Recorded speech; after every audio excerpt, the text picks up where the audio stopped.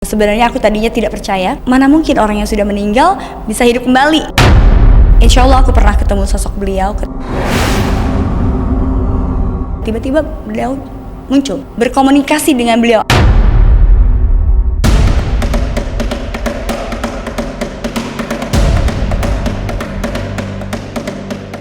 Menjelang puncak peringatan HUT kemerdekaan RI, kembali nama Bung Karno disebut-sebut. Banyak sisi-sisi misteri yang mengelilingi hidup sang proklamator. Kehidupan spiritualnya juga dikagumi, sehingga sosoknya dianggap sangat linui. Tapi mengapa hingga kini banyak yang percaya Bung Karno belum tiada? Benarkah masih ada orang-orang tertentu yang pernah bertemu dengan sosok Soekarno? Jangan dulu berlalu, masih akan banyak keganjilan terjadi di sini. Dan jangan lupa subscribe, like, share, dan komen agar tak ada yang terasa ganjil di sekitar Anda.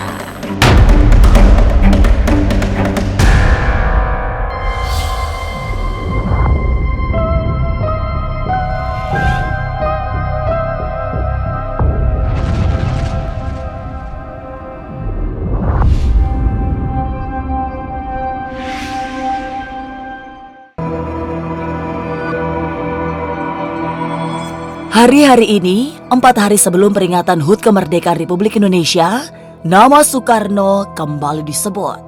Ialah tokoh sentral proklamasi kemerdekaan yang dikumandangkan 78 tahun silam. Bagi bangsa Indonesia, Bung Karno memang idola lahir dan batin.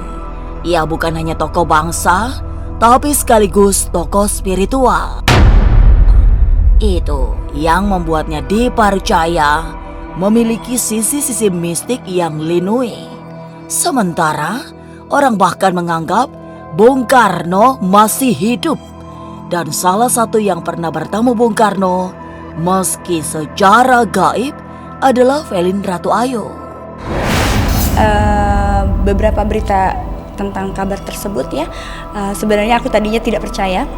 Tapi alhamdulillah aku juga setelah menjalani spiritual seperti ini, insya Allah aku pernah ketemu sosok beliau. Ketika itu ada perjalanan aku menuju ke Solo dan tujuannya adalah untuk mengambil suatu benda yang artinya memang itu masih dari keluarganya beliau, dimana aku sempat 40 hari 40 malam aku di suatu hotel itu emang tidak boleh pulang, tidak boleh, dan hanya di dalam hotel dan makan di ini ya semuanya, dan itu cuman untuk ya itu berkomunikasi dengan beliau. Aku dalam waktu sholat aku tiba-tiba aku tuh kayak nggak tahu, kadang-kadang aku mikir ini aku apa berhalusinasi apa enggak, tiba-tiba beliau muncul dan muncul berkomunikasi.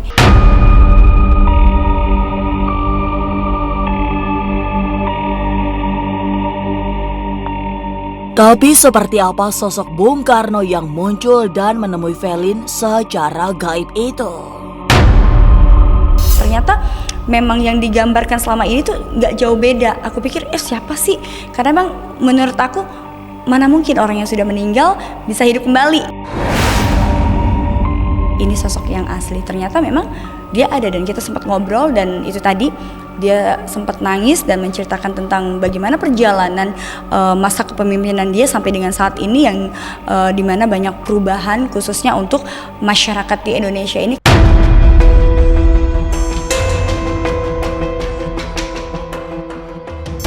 Dalam penglihatan Velin, figur Bung Karno tidak jauh berbeda dengan yang selama ini digambarkan secara luas. Lewat foto atau dokumentasi lainnya, ketampanan Soekarno terlihat sangat memancar, dilengkapi dengan aura kepemimpinan yang kuat. Meski bertemu secara spiritual, tapi Velin melihat secara nyata bahwa Bung Karno mempunyai ketampanan yang sempurna. Dalam pertemuan gaib itu, Soekarno masih berusia 40-an tahun, sehingga berada dalam fase tertinggi kekuatan batinnya. Yang aku lihat itu sosoknya masih sekitar usia 45 tahun. masih tampan ya, dan dia tuh wajahnya berseri dengan membawa tongkatnya dan pakai peci, dan di sini juga ada garudanya ya, dan dia pakai jas warnanya coklat. Itu sih yang aku lihat. Bahkan aku bisa melihat ganteng ya. Ternyata dia tuh di usia, mungkin kalau pria di usia 45 itu lagi tampan-tampannya ya, istilahnya lagi matang-matangnya, dan emang luar biasa. Aku bisa melihat beda, aura kepemimpinan yang beda gitu. Aku melihat secara batin, tapi emang dia nyata di depan aku.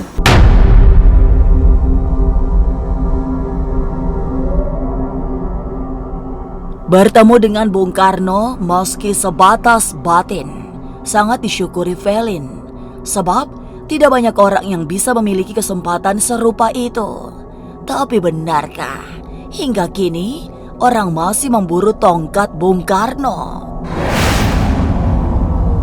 Jangan kemana-mana, tetap subscribe, like, share, dan komen agar tak ada yang terasa ganjil di sekitar Anda.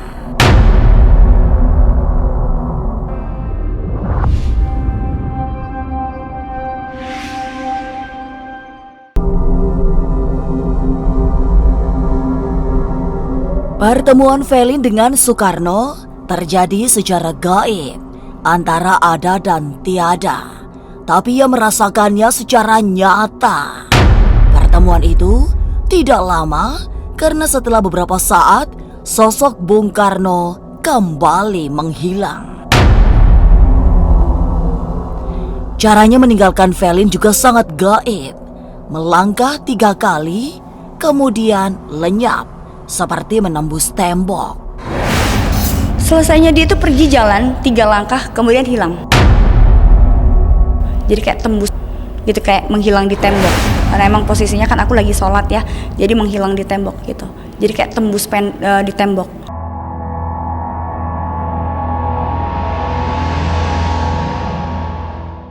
Bung Karno diyakini sangat dekat dengan segala yang bersifat metafisika.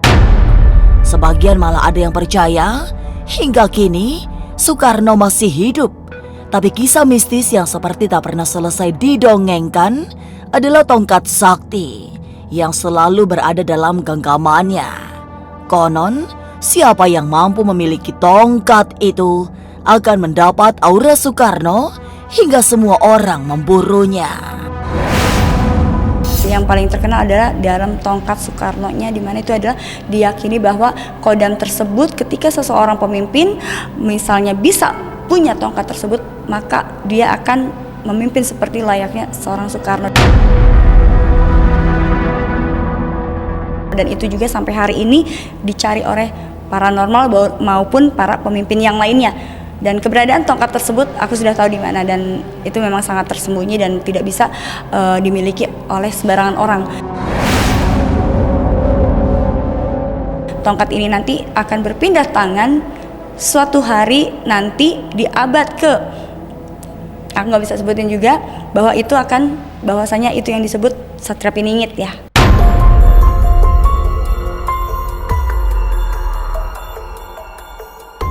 Tidak hanya tongkatnya yang sangat legendaris, Bung Karno juga disebut-sebut sangat dekat dengan Kanjeng Ratu Kidul. Hubungan Soekarno dengan penguasa Laut Selatan itu salah satu jejaknya bisa dilihat di Pelabuhan Ratu.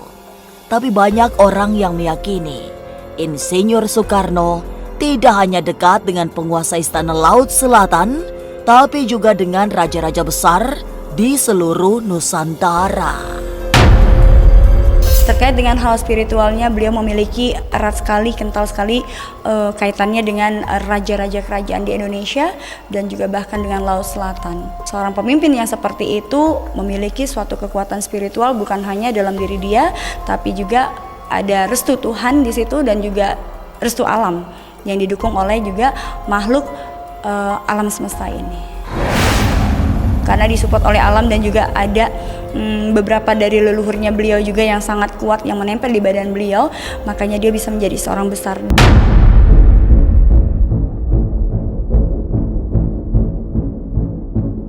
Tapi benarkah secara mistik Bung Karno pernah meramal Kalimantan akan menjadi ibu kota negara.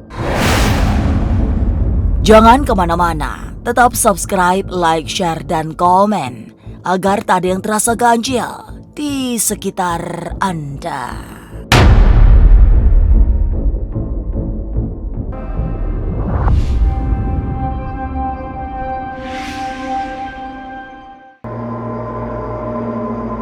Kisah mistis tentang Bung Karno memang seperti tak pernah selesai ditulis dan diceritakan.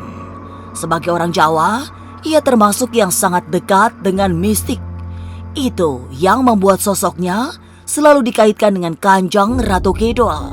Malah ada sebagian yang percaya bahwa Soekarno pernah menikah secara gaib dengan penguasa Laut Selatan itu. Oke, hubungan dia kalau secara kita spiritual ada yang mengatakan bahwa dia pernah menikah secara gaib dengan Sri Nyimas Kanjeng Ratu Kidul. Kan seperti itu, tapi Allahu alam. Kita juga tidak paham itu, tapi kalau secara spiritual saya mengerti itu bahwa banyak orang petapa-petapa zaman dulu atau orang-orang zaman dulu bisa menikah dengan orang gaib. Sampai sekarang pun ada juga orang yang menikah dengan orang gaib. Jadi saya percaya itu.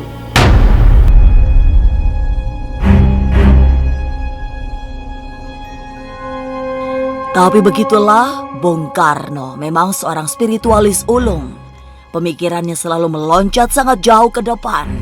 Dan sebagian besar pikiran-pikiran itu konon dipengaruhi oleh ilham yang bersifat mistik, termasuk teropong paling kondang bahwa Kalimantan akan menjadi ibu kota negara.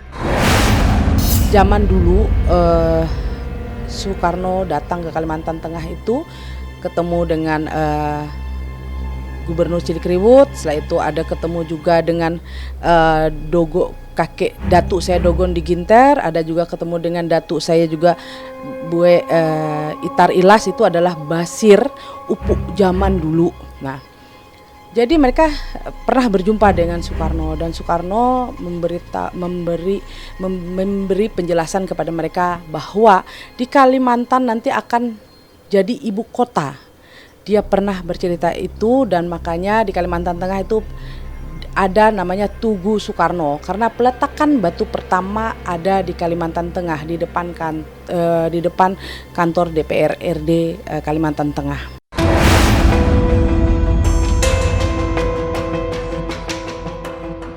Nyai Dewi Rantian mengisahkan leluhurnya pernah bertemu dengan Soekarno, sekaligus menyebut bahwa Kalimantan dipilih oleh semesta untuk menjadi ibu kota. Dan itu terjadi hari-hari ini ketika Presiden Joko Widodo membangun ibu kota negara Nusantara di Kalimantan Timur. Waktu datuk saya masih hidup pernah dia cerita. Setelah itu kakek saya sekarang umur hampir 90 tahun. Jadi dia juga menceritakan dengan saya. Dari cerita dari kakek saya, karena datuk saya sudah meninggal, tapi datuk saya ini punya anak. Anaknya ini menceritakan, karena kakek saya menceritakan dengan kita bahwa spiritualnya Soekarno itu sangat luar biasa.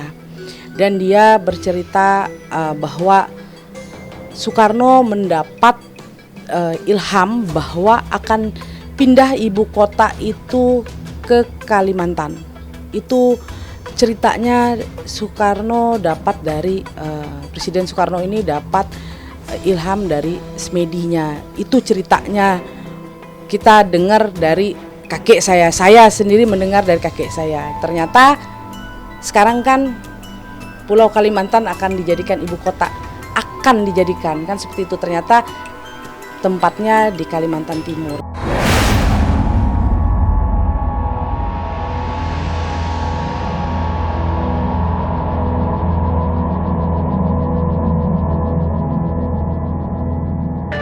Insinyur Soekarno memang bukan orang sembarangan. Selain tokoh bangsa, pejuang, dan proklamator, ia juga spiritualis ulung. Jejak mistik Bung Karno sangat banyak, bahkan hingga kini pun masih selalu dikisahkan. perburuan tongkat Bung Karno juga menjadi salah satu tema yang tak selesai dikisahkan. Sampai jumpa pada episode selanjutnya dengan kisah-kisah ganjil setiap hari Senin, Kamis, dan Jumat pukul 5 sore. Tapi sebelumnya, jangan lupa subscribe, like, share, dan komen agar tak ada yang terasa ganjil di sekitar Anda.